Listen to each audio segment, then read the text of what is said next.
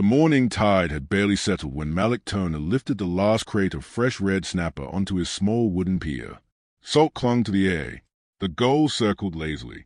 It should have been a peaceful start, but the sudden chop of boots on gravel broke the calm. Officer Grant Harlow approached with a slow, dismissive smirk, as if the entire shoreline belonged to him. Malik kept his head down, wiping his hands on a worn towel. He'd seen that look before, men who thought authority meant ownership. Men who stared at his skin before they saw his face. Fishing permit, Harlow barked. Malik reached into his waterproof bag. Right here, officer. But Harlow slapped the laminated card from Malik's fingers. It landed in the mud. Don't play smart, the officer said. This dock isn't for people like you. The words hit harder than the wind. Malik swallowed the burn in his chest. Years of staying quiet tightened his throat. A nearby fisherman froze mid-step. The gulls quieted, as though even nature held its breath. Malik knelt, retrieving his permit with shaking fingers. I'm just trying to work, he said softly. Harlow leaned closer, boots inches from Malik's hands. His voice dropped into a low, cold growl.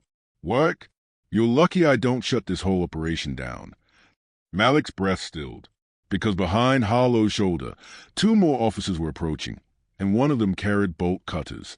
The crate of fish dripped onto the dock like a ticking clock, and Malik understood something worse was coming. The wind carried the briny scent of morning, brushing across Malik Turner's face as he stacked the last of the red snapper crates by the pier. The tide whispered against the posts, gentle, rhythmic. It should have been ordinary, just another early haul, just another start to a long workday. Then came the heavy footfalls. Malik did not turn at first. He knew that sound, the deliberate cadence of an officer who wanted his presence noticed before his voice. Turner, Officer Grant Harlow called. Didn't expect to find you operating this early. Malik breathed out slowly. Stay steady. He wiped his hands on his towel and turned. Morning, officer. Just loading the catch. Harlow scanned the pier as if inspecting a crime scene. Permit? Of course. Malik reached into his waterproof bag. Harlow smirked. Always got an excuse ready, don't you? Malik froze for a beat. Excuse? No, sir. Just doing what the law requires. As Malik handed over the laminated permit, Harlow flicked it away with 2 fingers. The card hit the mud. A couple of nearby fishermen stiffened. One paused mid-knot. Harlow stepped closer, voice sharp. This dock isn't for people who can't follow rules. Malik swallowed a spike of anger. My dock is fully registered, officer. Is that right?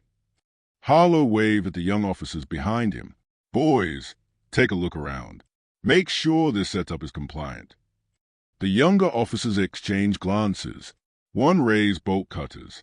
Malik stepped forward. Hey, wait! My ropes are legal. You can't just... Can't what? Harlow cut in. Inspect? Enforce? Do my job? You people always want special treatment. Malik stiffened. What people? Harlow gave a cold half-laugh.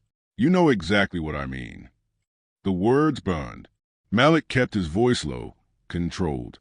Officer, please, my equipment is expensive. I can show you all documentation.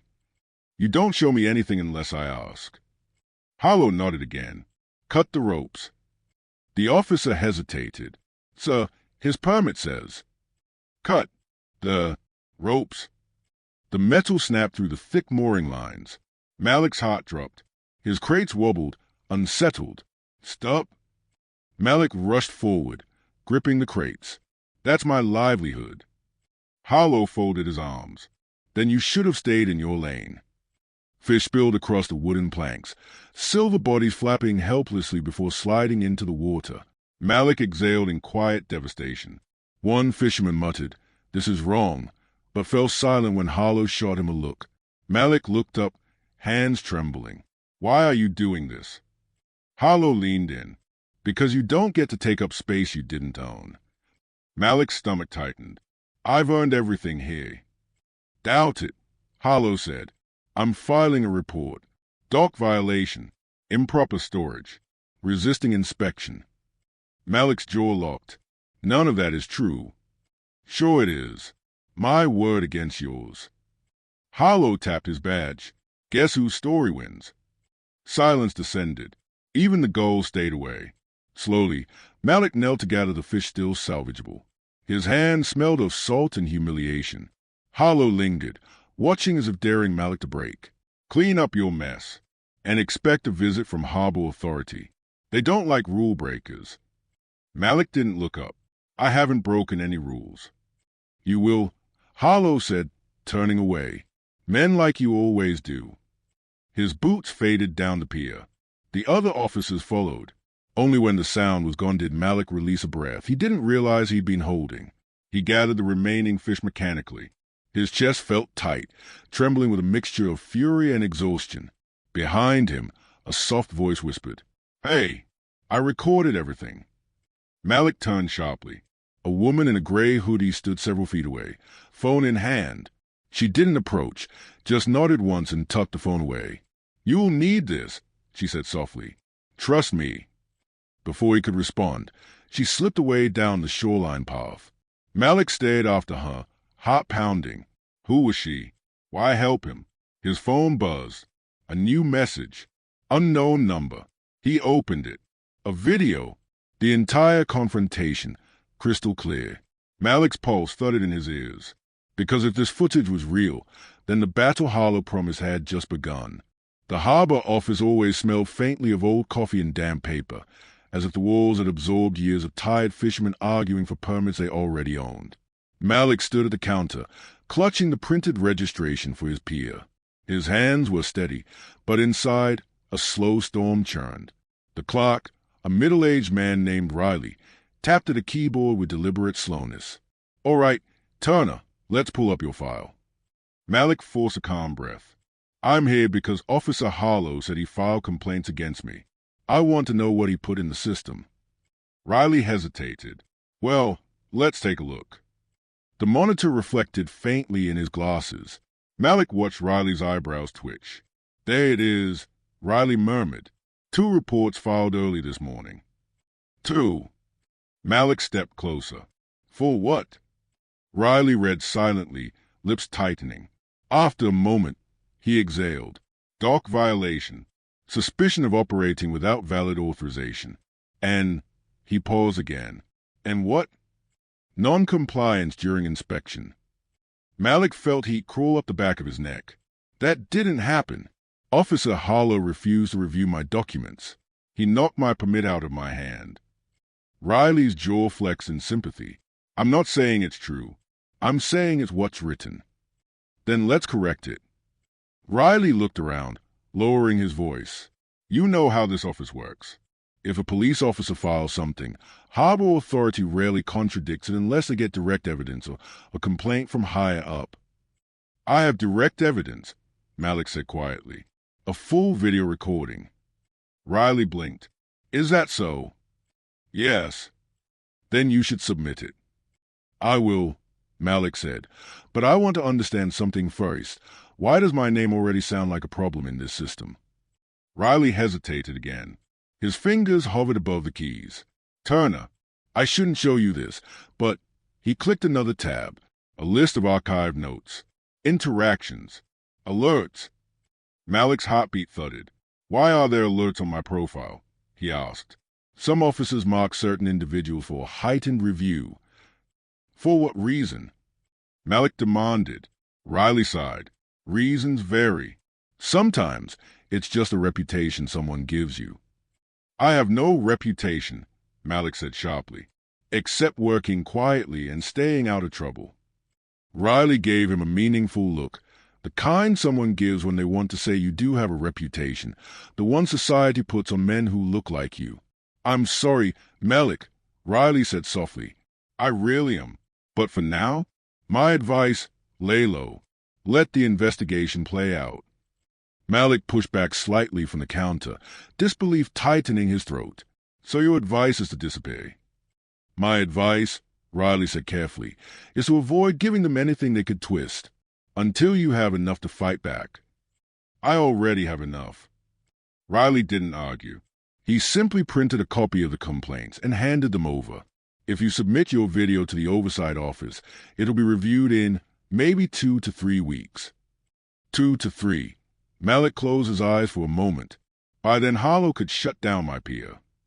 Riley didn't contradict him. Malik nodded once, stiffly. Thank you for showing me. For what it's worth, Riley said, voice low, I believe you. Belief wouldn't stop harassment, but it was something. Outside, the sunlight felt harsher. Malik leaned against his truck for a moment, rubbing his face with both hands. Rage flickered, but underneath it, something else, exhaustion. Years of trying to stay invisible had only made him easier to target. His phone buzzed again. Unknown number. Saw Harlow leaving the office earlier. He looked proud of himself. Malik frowned. Another message followed. If you want justice, meet me tonight. Same shoreline path as before. Malik typed back, who are you? The response came instantly. Someone who refuses to watch this keep happening. Malik stared at the waves in the distance. The recording had already changed the direction of his day, maybe his life. But trusting a stranger could make everything worse. He let the phone drop to his thigh. What am I getting pulled into? He whispered.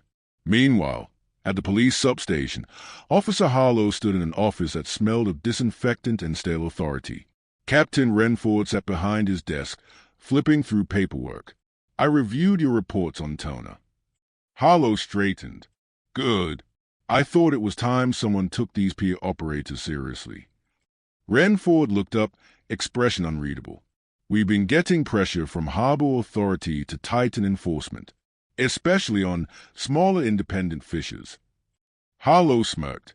Exactly what I said.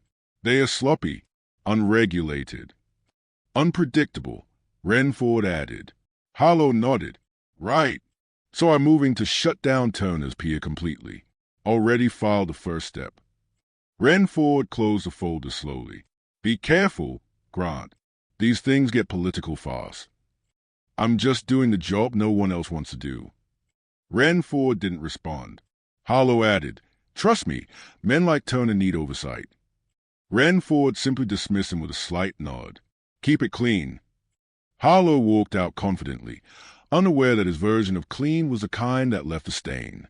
That evening, Malik sat in his truck near the shoreline path, watching the sky fade purple. He shouldn't be here. He should be at home, repairing nets, pretending this morning never happened. Instead, he waited. Footsteps approached. The woman from the pier, the one with the gray hoodie, appeared again. You came, she said. Because you told me you could help, Malik replied. She pulled back her hood, revealing sharp, observant eyes. My name is Alyssa Park. I'm an investigative reporter. Malik stiffened. A reporter? Yes. And what happened to you? She met his gaze. It's not an isolated incident. It fits a pattern I've been tracking for months. What pattern? Malik asked. Racially biased enforcement in coastal trade zones, Alyssa said. Malik, someone needs to expose it. And you're not the only victim. The waves crashed softly behind them. Alyssa held out her phone. I can help you, she said. But I need your story. Malik looked at her hand, then at the darkening sea. Somewhere deep inside him, something shifted, the first spark of refusal, of no longer bending. He took a breath. All right, he said. Tell me everything.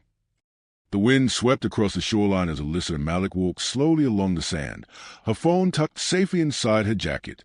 The ocean churned behind them, echoing tension neither of them spoke aloud yet. So you've been watching the harbor for months? Malik asked, keeping his gaze forward. Alyssa nodded. Longer. I started with a tip from a former officer. He said minority fishermen were getting flagged at rates 3 to 4 times higher than everyone else. Flagged for what? Malik asked. Alyssa shrugged softly. Anything they could justify. Improper storage. Delayed reporting. Net measurements. Even uncooperative body language. Malik's jaw tightened. Uncooperative body language. That's new. It's code, she explained. A way of turning harmless behavior into grounds for intervention. They walked until they reached a cluster of rocks, half hidden from the main path. Alyssa motioned for them to sit. Before we go further, she said, I need you to be sure.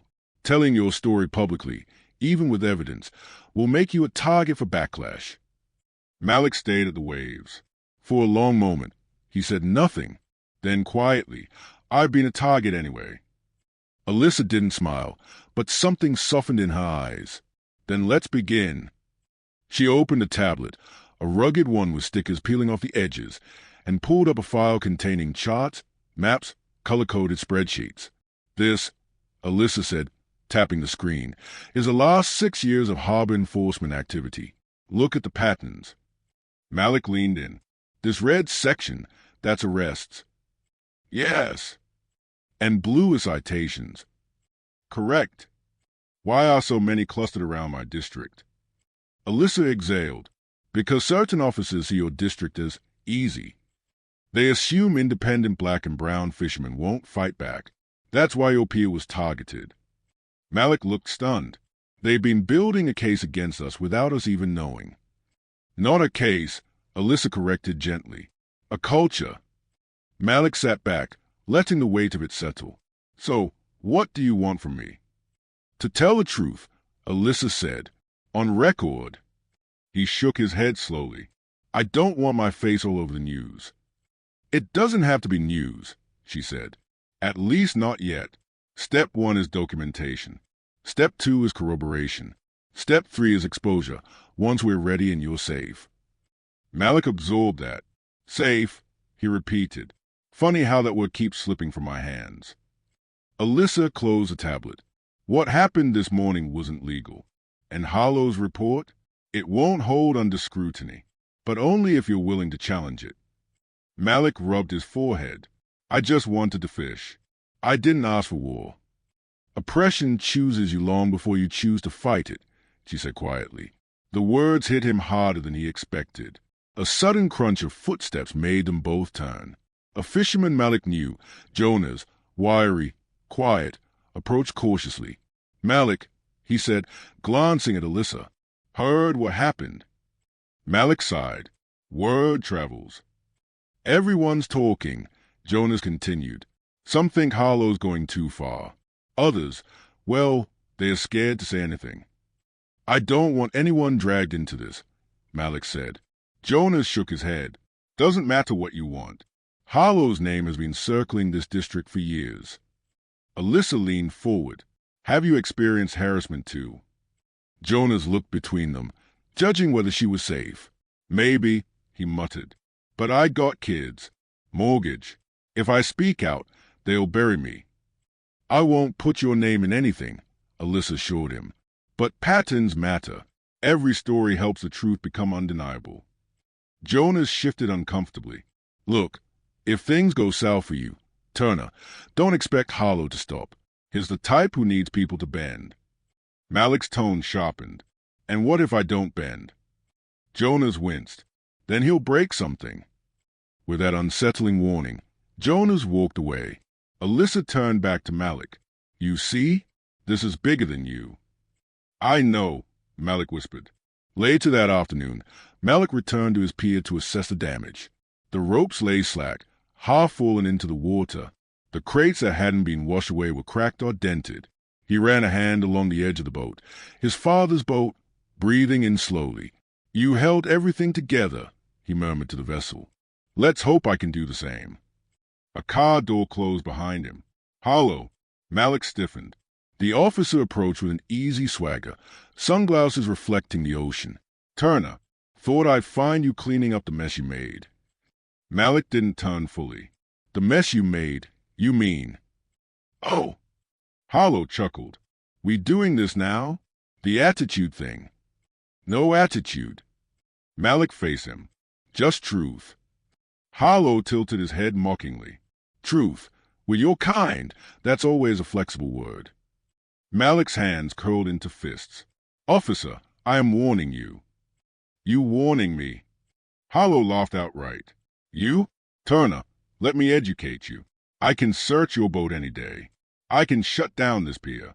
I can cite you into bankruptcy if I choose. Why? Malik demanded. What do you get from humiliating me? Harlow leaned in close, voice a venomous whisper. Respect. That's not respect, Malik said. That's fear. Same thing. No, Malik said firmly. It isn't. Harlow's jaw tensed. You're getting bold. Not smart, but bold. Malik stood his ground. I'm tired of shrinking myself. Well, don't get too tall, Harlow said, tapping the hull of the boat. Tall things break easier. He walked off without looking back. Malik stood frozen, the words chilling him more than the wind. That night, Alyssa met Malik again, not at the shoreline but at a small diner near the harbor. They sat in a corner booth, a pot of coffee between them. This fight, Alyssa said, is going to cost you something. Time, peace, maybe relationships. Malik nodded. Everything already cost me something. She pulled out the tablet again. There's one more thing you need to know. A map appeared, a network diagram connecting officers, inspectors, and citations. What's this? Malik asked. A targeted mesh, she explained. Some officers don't act alone. They coordinate subtle pressure, enough to push fishermen of color out of profitable zones. And Harlow? Malik asked. Alyssa zoomed in. Harlow's name sat at the center of one cluster. Heat surged in Malik's chest. So he's been doing this for years. Yes. And no one stops him. Not yet. Alyssa met his eyes. But with your footage, your testimony, and this data, we might finally have enough. Malik felt something shift inside him, a blend of fear, awakening, and resolve. So what's next? He asked. Alyssa leaned in. Next, we build a case strong enough to expose a whole network. The ocean roared outside, and Malik Turner realized he had just stepped into a fight far larger than he ever imagined. The leaked footage went live on a small independent news site at dawn. By noon, Malik's world had shifted. He was pulling nets from his truck when his phone buzzed with a flurry of notifications. Missed calls, messages, links. The first message came from Jonas. Turner, you're on the front page. Be careful. Malik clicked the link. There it was, crystal clear video of Harlow knocking the permit into the mud, ordering the crates overturned, and leaning in with that venomous threat. The audio captured every word. A punch of adrenaline jolted through Malik. A second message came in. Riley, so the footage. Stay firm. Unknown number. It's beginning. He leaned against the truck, steadying himself. A passerby spotted him and stopped. Hey, you're that fisherman, right? From the video. Malik tensed. Yeah. Man, the guy said, shaking his head, that officer was way out of line. Hope you take him down. Malik gave a cautious nod. Thanks. But minutes later, another man approached, arms crossed, expression ice cold. You should be ashamed, he snapped. Playing victim to ruin a cop's career? Pathetic. Malik didn't respond. He turned away. The man muttered something ugly under his breath and walked off. Two reactions, one supportive, one hostile, and both happening within 10 minutes. The tide had shifted, violently. By afternoon, a local news van parked near the shoreline. A reporter approached Malik as he loaded supplies. Mr. Turner, do you have a moment? No, Malik said, firm. Not today. Just a brief. No interviews. His voice cracked slightly, but his stance held. The reporter retreated, disappointed. Alyssa arrived moments later, walking briskly across the pier. We didn't release the footage, she said before he even asked. Someone else must have had a copy. Maybe the bystander who sent it to you. Malik exhaled shakily. And now it's everywhere. This was going to come out sooner or later, Alyssa said. Now we adapt. Adapt? Malik looked out at the water. To what? Half the town thinking I'm lying, the other half turning me into a symbol I never wanted to be. Alyssa placed a hand on the railing. Symbols aren't chosen. They are formed. Malik stared at her. I'm not trying to be anything. You're trying to survive, Alyssa said softly. That's enough. Meanwhile, in the police substation, Officer Harlow stormed into Captain Renford's office. You saw the video, he barked. Renford looked up slowly. I did. It's out of context, Harlow insisted. They are twisting my words. Renford sighed heavily. Grant, it doesn't look good. I did my job. Renford leaned forward. Your job isn't to escalate. Your job isn't to antagonize. Your job sure as hell isn't to provoke citizens on camera. Harlow's face reddened. That man was being evasive. Renford raised an eyebrow. He handed you his permit. Harlow stopped, jaw grinding. That doesn't matter. This is a hit piece. Renford closed the file. Internal Affairs has already requested your incident reports for the last year. Harlow stiffened. Why? Because this isn't the first complaint with your name attached to it. Harlow slammed his fist lightly against the doorframe. This is a witch hunt. Or accountability, Renford said calmly. Harlow glared. I'm not going down for this. Renford's voice was flat. Then I suggest you stay quiet and let the process unfold. Quiet was the last thing Harlow chose. That evening, Malik sat alone by the water, watching waves break softly against the dock. The horizon glowed orange, the sky bleeding into the sea. He touched the wooden railing, weathered, chipped, but strong. His father had sanded it by hand 20 years ago. Why does every generation have to fight the same battles? Malik whispered. Footsteps approached. Alyssa joined him, carrying a thermos. Coffee, she offered. He accepted it gratefully. Thanks. She sat beside him. You're holding up better than most would. That's a problem, Malik said. Everyone thinks I'm strong enough to handle this. Alyssa studied him. Are you? Malik hesitated. I don't know. They sat quietly for a moment, the tide whispering beneath them. Alyssa opened her tablet again. You should see this. Malik frowned. Another report. No, she said. A connection. She tapped the screen. A chart appeared, citations, incidents, and enforcement clusters. This, she said, is all tied to network pressure. Officers like Harlow coordinate visits. They create paperwork trails to justify crackdowns. Once someone is flagged, they get harassed repeatedly. Malik stared at the web of lines. How many fishermen has this happened to? Dozens, Alyssa replied. Then why hasn't anyone fought back? Alyssa gave a tired, sad smile. Because most don't have the energy, the money, or the evidence to prove it. This system takes people in small pieces. By the time they realize the damage, they're afraid or broke. Malik swallowed hard. And that's supposed to be justice. No, Alyssa said quietly. That's why I'm here. Malik closed his eyes. The weight of generations settled on his shoulders. His father's struggles, his uncle's lost boat, neighbors forced out of their territory. Their stories echoed inside him. When he opened his eyes again, the sky had darkened. Alyssa asked gently, Malik, what are you thinking? I'm thinking, he inhaled deeply. If this fight is bigger than me, maybe hiding won't save me. Alyssa nodded. This is your choice. Whatever you decide, I'll stand behind you. Malik turned to her. His voice steadied. Then let's keep going. Alyssa smiled faintly. Relief flickered across her eyes. Good, because something tells me Harlow won't back down either. Malik looked out at the night-shrouded sea. Neither would he. The next morning, Malik arrived early at the pier, hoping for 1 hour of quiet before the day's storms returned.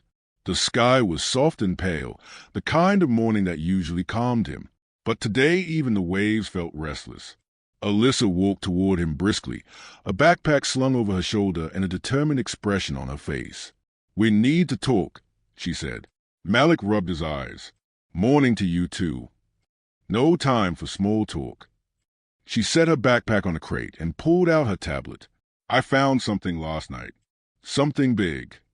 Malik felt his chest tighten. About Harlow. Indirectly, she said, but mainly about you. Malik blinked. Me. Alyssa opened the file.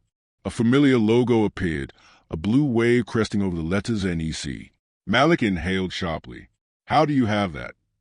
Because, she said carefully, your name is attached to it. Malik stepped back, heart pounding. Keep your voice down. Alyssa lowered the volume of her tone. You're listed as a majority shareholder. 71%. The words hung between them like a flare illuminating the dark. Alyssa, Malik said stiffly, I need you to understand. That information is confidential. She nodded. I figured as much. But why? Why hide something like this? NEC is one of the fastest growing export companies in this region. You own it. Malik stared out at the water, the horizon blurring for a moment. Because I didn't want to be destroyed before I even began. Alyssa folded her arms. Explain. Malik exhaled slowly. When I first tried to expand my business, when I applied for export licensing, for access to markets, for storage space, doors closed every time they saw my face, or my name, or my district. I realized if I stayed visible, the system would shut me out before I even had a chance. So you stayed invisible, Alyssa whispered. I built NEC quietly, Malik continued, with trusted partners who agreed to use different front names for our accounts. I wanted to succeed on merit, not lose everything to sabotage. Alyssa sat down slowly on a crate, stunned. Malik, do you understand what this means for the case? You're not just a fisherman. You're a business owner being targeted by officers who assume you're powerless. Malik shook his head. And if they knew what I owned, they'd try twice as hard to take it from me. That's why no one can know. Alyssa leaned forward, but the truth is powerful. It's dangerous, he corrected. Maybe, she admitted, but it also explains why Harlow has been escalating. He thinks you're a nobody taking up too much space. He has no idea that space is yours legally, financially, structurally. Malik rubbed his temples. I knew revealing NEC might become necessary someday, but not like this. Not because a cop wants to crush me. Alyssa's voice softened. Malik, hiding who you are won't protect you anymore. The harassment won't stop just because you stay in the shadows. He closed his eyes briefly. I'm not ashamed of what I built. I'm proud. But I'm terrified of what exposing it could unleash. Backlash, jealousy, systemic retaliation. Alyssa nodded. I understand. But transparency might be the only shield strong enough to stop Harlow. Before Malik could respond, a loud horn blared from the road above. A harbor authority truck pulled up, the same white truck he'd seen during inspections. 2 officers stepped out. One approached them. Malik Turner. Malik stiffened. Yes. We're here to inform you of a pending request to close down your pier for safety violations. Alyssa stepped forward. Violations based on what evidence? The officer looked uncomfortable. We're not allowed to discuss details during review. Harlow filed a request, didn't he? Malik asked. The officer's silence was confirmation enough. Malik's voice stayed even, but his hand shook. You can't shut down my pier without actual grounds. We're only delivering notice, the officer said. If approved, enforcement begins in 7 to 2 hours. Malik felt something inside him crack, the fragile place between fear and fury. Thank you, he managed tightly. The officers left. Alyssa turned to him immediately. This is retaliation. I know. And it's escalating faster than we expected. I know. Alyssa grabbed his arm gently. Malik, listen to me. The only reason Harlow feels bold enough to try shutting you down is because he thinks you're alone. But you're not. Malik didn't look at her. Alyssa continued. If your ownership of NEC is revealed strategically and with legal support, it won't weaken you. It will dismantle the narrative Harlow has built. It will show that he targeted a legitimate business owner under false assumptions. Malik whispered, Alyssa, everything I built hangs on a thread. She softened. So does the truth. Malik walked toward the edge of the pier, staring at the water. He could almost hear his father's voice, quiet, patient, steady. Build your life strong enough that no one can claim it belongs to them. When he turned back, something had changed in his eyes. What do you need from me? He asked. Alyssa's relief came out in a breath. Documentation. Financial records. Proof of ownership. We'll keep it confidential until the right moment. Malik nodded slowly. Fine, but if this backfires... It won't, she said gently, if we move with precision. Malik tightened his grip on the railing. Then let's prepare. Alyssa offered her hand. We're not just fighting harassment now, she said. We're fighting a system built to erase people like you. Malik shook her hand firmly. Then we make sure it remembers me. The sky had turned a deep iron gray by the time Malik reached his pier the next morning. It wasn't raining, but the air felt thick, heavy, expectant, like the world was holding its breath. Alyssa was already there, camera bag at her feet, notebook open. Is coming, she said quietly. How do you know? Malik asked. Because last night, Harlow requested an emergency enforcement team. Someone leaked it to me. Malik clenched his jaw. So he's trying to seize the boat before the investigation can catch up. Alyssa nodded. He wants to cripple you now, before the truth is impossible to ignore. Malik inhaled slow, steady. Then we face him. They didn't wait long. Officer Harlow arrived with 2 patrol cars and a harbor authority truck. He stepped out with the confidence of someone who believed the world belonged to him. Turner, he called loudly. Step away from the vessel. Malik didn't move. This is my pier. Not for long. Harlow replied, waving a document. This is an active seizure order. Your boat is being impounded pending review. A crowd formed along the shoreline. Fishermen, vendors, curious passers-by. Alyssa lifted her camera. I'm recording this for public documentation. Harlow glared. Turn that off. No, she said calmly. We're on public property. Harlow scoffed. You reporters think you're untouchable. And you think no one sees what you're doing, Alyssa countered. Harlow ignored her and faced Malik again. Last chance. Step back. Malik kept his voice level. Show me the grounds for seizure. It's all in the order, Harlow snapped. You can read it after we secure the vessel. I'll read it now. Harlow's teeth clicked together. You don't give orders. And you don't get to destroy a man's livelihood without evidence, Malik said. Murmurs rippled through the crowd. Harlow turned to the harbor officers. Cut the locks. Begin tow prep. One officer hesitated. Sir, this seems. Do it. Harlow barked. Alyssa stepped forward. Interfering with lawful operation without providing documentation is a violation in itself. Did you forget that? Stay out of police procedure. Harlow snapped. I'm not interfering, Alyssa said. I'm observing and documenting exactly what the law allows. Harlow advanced on her. You think that camera protects you? No, she said softly, but it exposes you. Harlow's face darkened. Then he turned back to Malik. You've been a thorn in my side long enough, pretending to be a legitimate businessman, pretending to follow rules. You're just another poacher with a fancy story. Malik's voice dropped into calm steel. You don't know anything about me.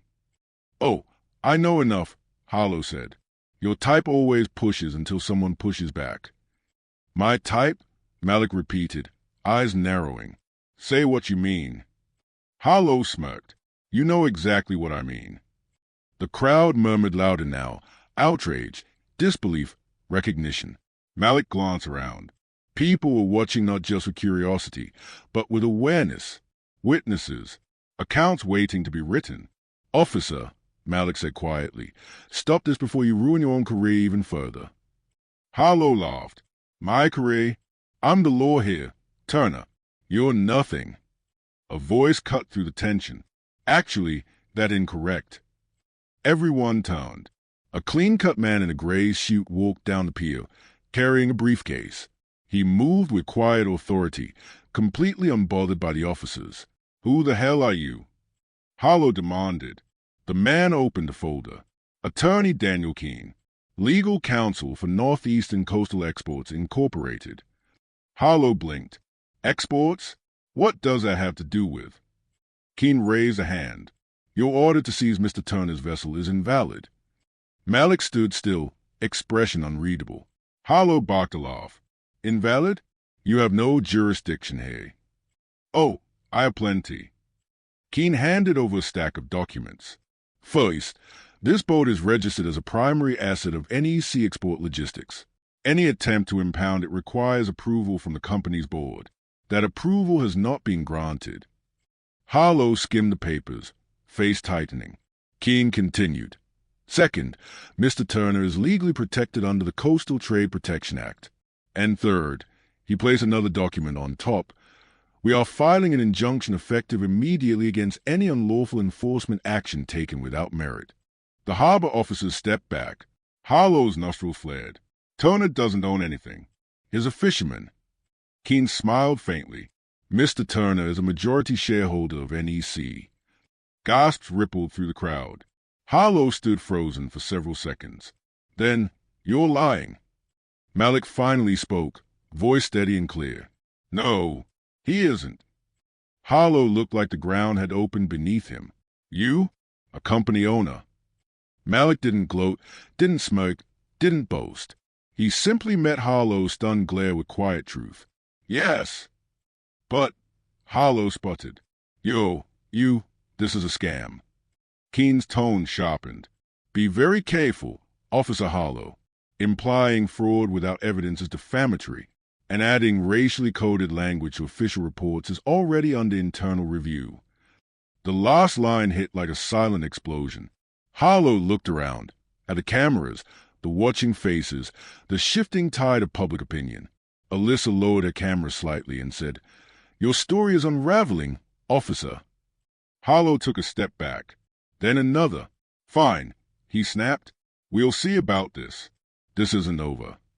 No, Malik said softly. It isn't. But the truth finally has a voice. Harlow retreated to his patrol car, anger and humiliation battling across his face. The harbor officers shrugged helplessly and followed him. The crowd broke into soft murmurs. Some shook Malik's hand. Others whispered in awe. Alyssa approached Malik. Are you all right? Malik exhaled a long breath. I don't know, but for the first time, I feel seen. Keene gave Malik a firm nod. I'll handle the paperwork. Be ready. This confrontation will accelerate the investigation. Malik nodded. Thank you. As the attorney walked away, the wind shifted, carrying the scent of salt and change. Alyssa stood beside him. This was a turning point. Malik watched the horizon. No, he said quietly. This was the awakening. Internal affairs moved fast, faster than anyone expected. 3 days after the confrontation in the dock, Malik sat in a small, windowless room inside the harbor oversight building. Alyssa sat beside him, her recorder ready. Across from them, 2 investigators reviewed files stacked so high they leaned sideways. The lead investigator, a woman named Diane Mercer, folded her hands. Mr. Turner, thank you for coming. Malik nodded. I want the truth on record. Mercer clicked her pen. We've already reviewed the footage from your pier. That alone raised flags. But the data Ms. Park provided, that's opened an entire pattern we can't ignore. Alyssa gave Malik a small, encouraging nod. Mercer continued, We'll start with your testimony. In your own words, describe your interactions with Officer Harlow over the last 6 months. Malik exhaled slowly. It began small. Questions that didn't make sense. Inspections that no one else got. Comments about my attitude, or how men like me push boundaries. Then last week, it escalated. Mercer leaned in. Because he felt threatened. Because he felt entitled, Malik corrected. Harlow believed authority meant ownership, especially over people like me. The second investigator, Ramos, scribbled notes. And you never retaliated, never raised your voice. I tried to stay calm, Malik said, because I knew one wrong reaction could become the only thing anyone remembered. Mercer nodded solemnly. That's a reality for far too many. Alyssa added, we have additional examples from other fishermen. Recorded statements. Similar language use and citations. Ramos slid a file across the table. Mr. Turner, you should see this. Malik opened it. Inside were copies of Harlow's past reports, filled with exaggerated descriptions, fabricated evasiveness, and racially coded phrases. Each one, Malik realized, was a mirror of what had been done to him. He closed the file, jaw tight. How did this go unchecked for so long? Mercer sighed. Systems protect their own until the evidence becomes impossible to ignore. Meanwhile, in a separate room across the building, Harlow sat with his arms crossed tightly, glaring at the investigators confronting him. "This is ridiculous," he snapped. "Turner set me up. That reporter manipulated the footage." The investigator across from him raised an eyebrow. "So your voice, your words, your commands, those were manipulated?" Harlow hesitated, taken out of context. "Officer," the investigator said calmly, "there is no context in which telling a citizen people like you don't belong here is appropriate policing." Harlow shot forward in his seat. "He provoked me. He challenged authority." "How?" "With silence, with attitude, with—" Harlow cut himself off, realizing the hole he was digging. The investigator exchanged a look with his colleague. Officer Harlow, 9 different fishermen, 9, have provided statements matching the same pattern. And your supervisors claim they warned you multiple times about conduct. "They are lying," Harlow insisted. "Everyone's against me." "No," the investigator replied. "You built this wall yourself." Harlow's face flushed red. A knock on the door interrupted them. Captain Renford stepped inside, expression stern. "Grant," he said, "effective immediately. You are suspended pending full review." Harlow shot to his feet. "You can't do this." Renford's voice stayed level. "Your actions did this. Not us." The investigators stood as well. Harlow looked around as if searching for someone who still believed him. There was no one. Later that afternoon, Malik and Alyssa stood outside the oversight building when Captain Renford exited through a side door. He paused when he saw Malik. "Turner," he said quietly, "I wanted you to know the department is taking this seriously." Malik studied him. "Are you taking it seriously, or are you protecting your image?" Renford didn't flinch. "Both, if I'm honest. But that doesn't make the outcome any less necessary." Alyssa stepped forward. "And what outcome is that exactly?" "Harlow's facing disciplinary charges," Renford said, "and the review board will likely recommend termination." "Termination," Malik echoed. The word felt heavy, not triumphant, not vindictive, just final. Renford hesitated, then added, "You didn't deserve any of this, and I'm sorry the system failed you." Malik nodded once. "I'm not the only one it failed." Renford acknowledged that silently, then walked away. Alyssa turned to Malik. "How do you feel?" Malik didn't answer right away. He looked toward the harbor, toward the place where his father taught him how to tie knots, how to read currents, how to survive storms. "I feel," Malik said slowly, "like winning isn't the same as healing." Alyssa placed a gentle hand on his shoulder. "Healing comes next." Malik nodded, though the weight in his chest remained. The system hadn't changed overnight, but for the first time it had been forced to look at itself. The morning after Harlow's suspension, the harbor felt different.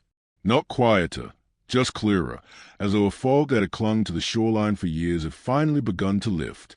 Malik stood on his pier at sunrise, watching the horizon bleed gold into the waves. The tide lapped gently at the posts, familiar, grounding. He inhaled deeply, letting the salt settle into his lungs. For the first time in a long time, he didn't feel watched. Alyssa walked toward him carrying 2 cups of tea. "Sunrise therapy," she said with a faint smile. He accepted a cup. "Feels strange." "What does?" "This piece," he answered, "like I'm waiting for someone to take it away." Alyssa leaned on the railing beside him. "You're allowed to rest, Malik. The investigation is moving fast, and with NEC stepping forward, you have protection now." Malik nodded slowly. "I didn't want my company involved." "I know," she said, "but sometimes the truth refuses to stay small." They sipped their tea, watching fishermen prepare their boats. A few nodded respectfully at Malik. Others walked over quietly to shake his hand. No big speeches, no loud applause, just acknowledgement, the kind men exchange when they've seen someone stand through a storm. Jonas approached hesitantly. "Heard the news," he said. "Harlow's out." "For now," Malik replied. "Better than nothing." Jonas rubbed the back of his neck. Listen, what you did, it helped all of us. Malik looked at him. I didn't do it alone. Jonas gave a single nod before returning to his boat. Alyssa watched him leave. They are looking at you differently now. That's what worries me, Malik admitted. I don't want to be the face of anything. You don't have to be, she said. You just have to keep living truthfully. Malik turned toward his crates. New ones, reinforced, labeled neatly with a blue NEC crest, Northeastern Coastal Exports. Alyssa smiled when she saw them. Feels good seeing your name on your own work, doesn't it? Malik ran his hand over the logo. Feels like reclaiming something. Not reclaiming, Alyssa corrected gently. Revealing. They loaded crates together in comfortable silence until a soft buzzing came from Alyssa's phone. She glanced at the notification. Internal Affairs just issued an official statement, she said. They are recommending full removal and a policy review on bias enforcement practices. Malik let out a breath he didn't know he'd been holding. It's happening then. It is, she said. He looked out at the water, where sunlight shimmered across the surface like hammered gold. I thought this would feel like victory, Malik murmured. But it feels heavier. Alyssa nodded. Justice always carries weight. Malik gripped the edge of the pier, steady, grounded. My father used to say storms don't just break things. Sometimes they show you what was built strong. And you were built strong, she said softly. He didn't respond, but the truth of it settled into him like warm light. As the sun fully rose, Malik lifted the first crate onto the boat. His boat, the future quietly unfolding before him. Not triumph, not revenge, just dignity, restored. And in that moment, surrounded by salt, wind, and truth finally acknowledged, Malik Turner understood. The world had tried to erase him, but now it would have to remember him.